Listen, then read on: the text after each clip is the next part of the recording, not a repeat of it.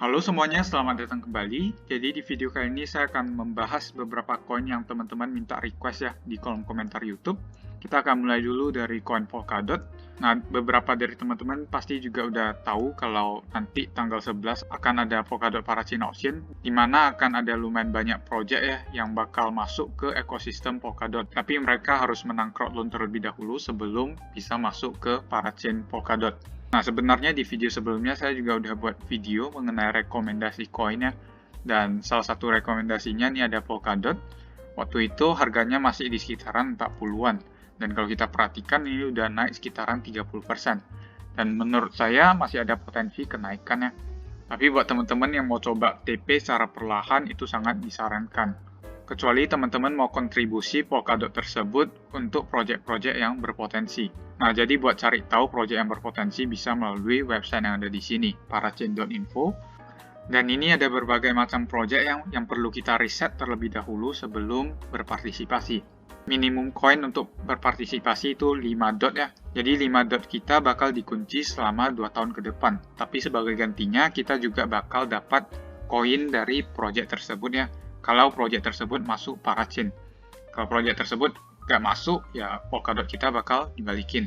Nah, buat teman-teman yang tertarik berpartisipasi, itu bisa melalui exchange seperti Binance dan lain sebagainya. Tapi kalau teman-teman yang lebih paham, juga bisa melalui website yang ada di sini. Ini merupakan polkadot.js.org. Sebenarnya saya lebih rekomendasiin untuk partisipasi langsung dari websitenya.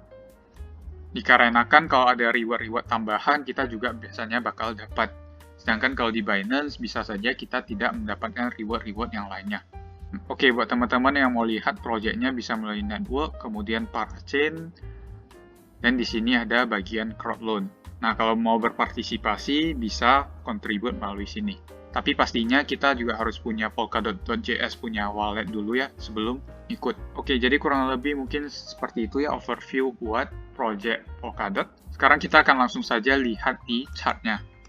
Oke, jadi di sini saya bisa gambarkan satu channel ya, mana kalau kita perhatikan baru-baru ini Polkadot breakout dari area resisten krusialnya dan juga area channelnya. Dan ini merupakan tanda yang cukup positif, yang artinya ada potensi kita masih bisa melihat adanya kenaikan lanjutan ya. Nah, kenaikannya bisa sampai kemana? Kita bisa coba menggunakan trend base Fibonacci extension. Dan kalau saya coba perhatikan, memang saat ini kita sudah berada di level resisten 54,3 dolar, tapi target selanjutnya ada di sekitaran 62 dolar. Nah, ini menurut saya target yang lumayan mudah buat dicapai dalam beberapa waktu mendatang. Tapi kita juga perlu perhatikan, bisa saja Polkadot retest terlebih dahulu ya, ke area trendline kuningnya, sebelum pada akhirnya lanjut naik kembali ke area sekitaran 62 dolar. Jadi target saya mungkin di tanggal 11 nanti harusnya harganya bisa capai ke area resisten 62 dolar ini. Dan itu juga bakal menjadi area yang cukup bagus ya buat kita TP kembali. Nah, jadi kurang lebih mungkin seperti itu outlook saya buat koin Polkadot dalam beberapa waktu mendatang. Jadi sebenarnya opportunity seperti ini kita bisa manfaatkan di futures market ataupun di spot market. Nah, tapi kembali lagi itu juga harus melalui manajemen resiko yang baik dan benar. Oke, jadi kurang lebih mungkin seperti itu buat koin Polkadot.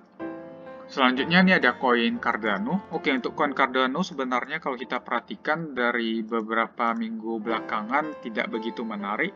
Nah, kalau diperhatikan kembali, ini juga harganya sekarang berada dalam descending channel. Kapan descending channelnya breakout, menurut saya masih bakal menunggu beberapa minggu ke depan. Dikarenakan kalau kita perhatikan pergerakannya masih banyak rejection ya di area resisten. Memang di satu sisi ini merupakan hal yang bagus, di mana resisten ini bakal dengan mudah di-break ke depannya. Tapi hal buruknya ketika resisten ini tidak berhasil di-break, kita bakal melihat sideways yang lebih panjang lagi. Untuk saat ini saya masih belum begitu tertarik untuk koin Cardano. Saya akan menunggu sampai adanya breakout sebelum entry kembali. Nah, selanjutnya saya akan coba ukur ada potensi harga turun lagi atau enggak. Kalau kita perhatikan, area golden ratio ini bisa menjadi area yang cukup krusial, dan harusnya Cardano bakal bisa bertahan di atas area 1,87 dolar ini. Karena kalau sampai Cardano gagal bertahan di atas area tersebut, ini bisa menjadi cukup buruk ya. Tapi pandangan saya harusnya kita akan bisa bertahan Kalaupun kita retest sekali lagi, harusnya itu bakal menjadi retest terakhir kita sebelum kenaikan terjadi. Nah, itu sedikit pandangan saya untuk koin Cardano ya. Tapi sekali lagi saya akan menunggu trendline ini ya, trendline kuning ini untuk di break terlebih dahulu sebelum saya berencana untuk menambah posisi kembali. Oke, jadi kurang lebih mungkin seperti itu ya pembahasan singkat buat Cardano, dan yang terakhir ini ada koin SNS. Oke, kalau kita perhatikan buat koin SNS juga masih berada dalam fase konsolidasinya atau fase sideways-nya. Kapan SNS akan lebih menarik? Kalau menurut saya, harganya harus berhasil breakout dan close di atas area 11,9 dolar dulu sebelum saatnya bisa dibilang lebih menarik buat kita akumulasi. Kalau untuk saat ini, harganya masih konsolidasi atau sideways dan belum begitu menarik buat kita perhatikan. Resisten pertama yang perlu kita waspadai nantinya ada di trendline kuning ini. Ini bakal menjadi resisten krusial menurut saya. Setelah itu kalau kita berhasil breakout dari resisten kuning, kita bisa targetkan ke area sekitaran 15 dolar. Dan ini kurang lebih 50% ya dari harga sekarang. Nah, ini juga sama seperti Cardano, saya masih belum begitu tertarik ya, karena dia masih belum breakout. Saya akan menunggu sampai breakout terjadi untuk consider buat akumulasi. Dan dalam sisi regulasi sebenarnya SNS juga tidak begitu didukung ya, dan trennya mungkin tidak begitu ke sana untuk beberapa waktu mendatang. Yang saya perhatikan untuk kedepannya, mungkin kita bisa lebih perhatikan koin-koin yang berkaitan dengan NFT gaming ataupun metaverse ya, karena ada potensi dalam beberapa minggu sampai bulan ke depan trennya akan dibawa ke sana. Oke, jadi kurang lebih sekian saja untuk video kali ini. Buat teman-teman yang mau dapat info koin lainnya, bisa langsung join di channel Telegram saya. Linknya ada di deskripsi. Sekian saja untuk video kali ini. Terima kasih sudah menonton. Sampai jumpa di video berikutnya.